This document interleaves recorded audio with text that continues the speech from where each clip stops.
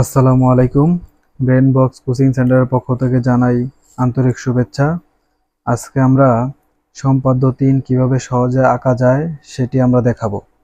বিগত দুইটা ভিডিওতে আমরা সম্পাদ্য ১ এবং সম্পাদ্য ২ কিভাবে আঁকানো যায় সহজে সেটা দেখিয়েছি। আজকে আমরা শেখাবো সম্পাদ্য ৩, খুবই ইম্পর্টেন্ট সম্পাদ্য। এটাও একটি ত্রিভুজ আঁকতে হবে। একটি ত্রিভুজের দুইটি কোণ দেওয়া থাকবে এবং একটি পরিসীমা দেওয়া থাকবে, আমাদের ত্রিভুজটি আঁকতে হবে। আমরা প্রথমে আগে জেনে নিব যে আসলে ত্রিভুজের পরিসীমা কি।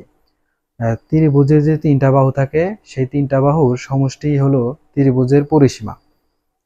তাহলে আমরা যদি আঁকাই, প্রথমে আমাদেরকে দুইটি কোণ আঁকতে হবে। তাহলে কোণ আঁকানোর জন্য আমরা গত দুইটা ভিডিওতে দেখাইছি যে কিভাবে চাঁদা ছাড়া কোণ আঁকানো যায়। আজকে আমরা শিখাবো কিভাবে চাঁদা দিয়ে কোণ আঁকানো যায়।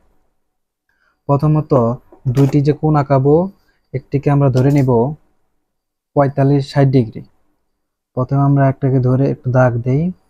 দাগ দেওয়ার পরে এই যে ফোঁটা, যে এই যে এখানে মূল, এখানে দাগ দেওয়া আছে, এই বরাবর দাগ দিয়ে রাখতে হবে। এখানে রাখার পরে এই যে এখানে আপনার দেখাবেন, এই যে এখানে আপনারা এখানে 60 দেওয়া আছে, দেখুন এই যে 60, আর এই যে মাঝখানে এটা হলো 65, এই বরাবর। তাহলে আমরা এই বরাবর দাগটা দেব এখানে।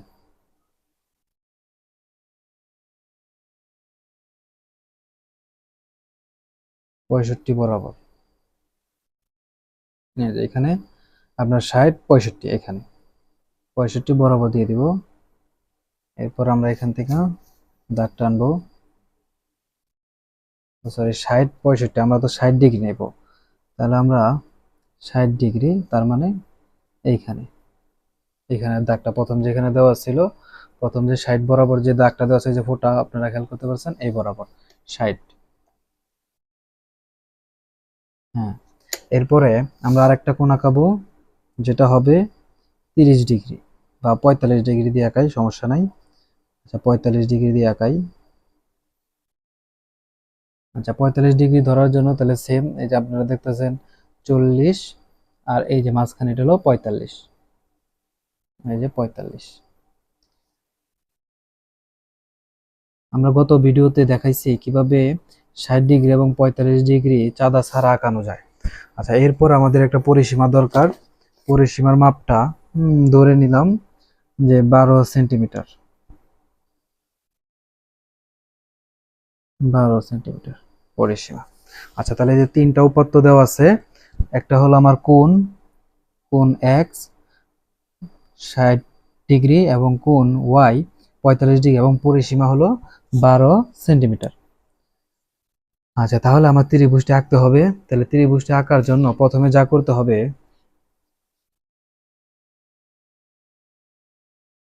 প্রথমে একটা রেখাংশ নিব।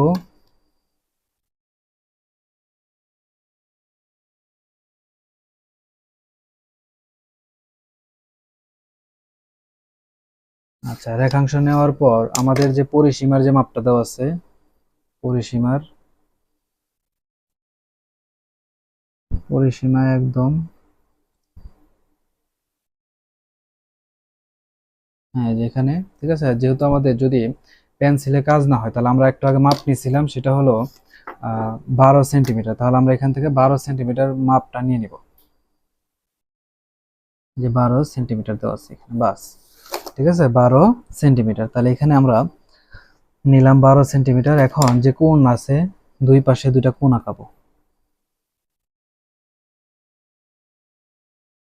এখানে যে কোনো মাপে নিয়ে নেবেন, কারণ যে কোনো মাপে নিলে 60 ডিগ্রি হয়ে যাবে, 60 ডিগ্রি যেটা। এই যেভাবে বসায় নিলাম। এরপরে পাশ 60 ডিগ্রি এইভাবে যতটুকু হয় সেম, কারণ 60 ডিগ্রি আমরা দেখাইছি, ওইভাবে যা নিব এইভাবে তাই হয় 60 ডিগ্রি।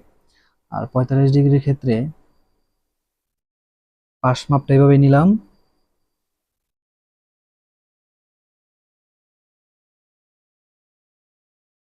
হ্যাঁ, কিন্তু এই যে এই পাশে এই মাপটা নিতে হবে, মাঝখানের যে মাপটা,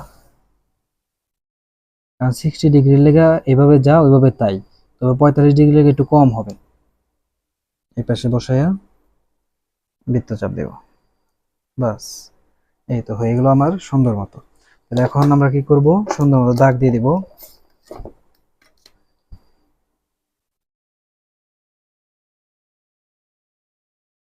হ্যাঁ, দাগ দিলাম, এই পাশে দাগ দিলাম। আচ্ছা, এটাকে আমরা ই, এটাকে এফ, আর এটাকে এক্স ধরলাম। তাহলে এটা হলো ওয়াই আর এটা হলো জেড। বাস, এখন আমরা কি করব, কোণকে সমদ্বিখণ্ডিত করব। তাহলে কোণকে কিভাবে সমদ্বিখণ্ডিত করা হয় আপনারা দেখতে পাচ্ছেন, এই যে এখানে এই বরাবর মাপটা নিয়ে নেবেন এইভাবে সম্পূর্ণভাবে। এই পাশে নেওয়ার পর এখানে বসে একবার বৃত্তচাপ, আবার এই পাশে বসে একবার বৃত্তচাপ। বাস, কিভাবে নিলাম আবার দেখেন, এইভাবে এই যে এই পাশের মাপটা নিয়ে নিব, এই পাশে মাঝখানের মাপটা নেওয়ার পর এখানে বসাই, এই বিন্দুতে বসাইয়া এভাবে বৃত্তচাপ একবার, আবার এখানে বসাইয়া এইভাবে বৃত্তচাপ একবার। বাস, আবার সেম এখানে এই কোণটাকে সমদ্বিখণ্ডিত করব। হুম, তাহলে এভাবে একটা বৃত্তচাপ, আবার এই পাশে বসাইয়া এভাবে একটা বৃত্তচাপ। এই যে, বাস, এই যে এখানে বসাইয়া দেখতে পাচ্ছেন। হ্যাঁ, এখন আমরা এটা যোগ করে দিই, দেখি। মাঝখান থেকে মাপ রাখা দাগ দিয়ে দিব, দাগ দিব যাতে ওইটার সাথে না লাগে। খেয়াল করব যাতে ওইটার সাথে না লাগে, তবে দুইটা যাতে মিলে যায়।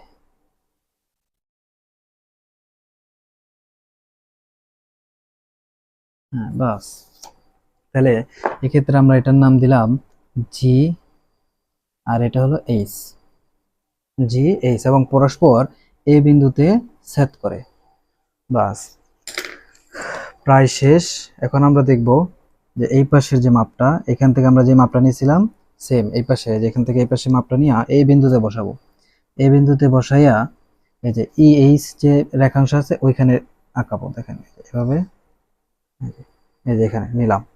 নেওয়ার পরে এই যে মাঝখানের যে মাপটুক আমরা যে কোণ অর্ধেক করেছিলাম সেই মাপটা নিয়ে এখানে বসাবো, বসে এই বরাবর কেটে নেব। সেম ভাবে একইভাবে আবার এখানে মাপটা নিব, এই মাপটা এই বিন্দুতে বসাই, এই পাশে এফ জি, এফ জি রেখাংশে কেটে নিব। পরবর্তীতে আবার এই যে অর্ধেক করছিলাম কোনটা, সেই অর্ধেক মানটা নিয়ে নিব। মানটা নিয়ে আবার এখানে বসায়া এভাবে কেটে নিব। বাস, এই যে দেখতে পাচ্ছেন। তাহলে এখন আমরা জাস্ট খালি যোগ করে দেব, মিল রেখা এই যে এভাবে, আর এটা আবার এখানে দিয়া।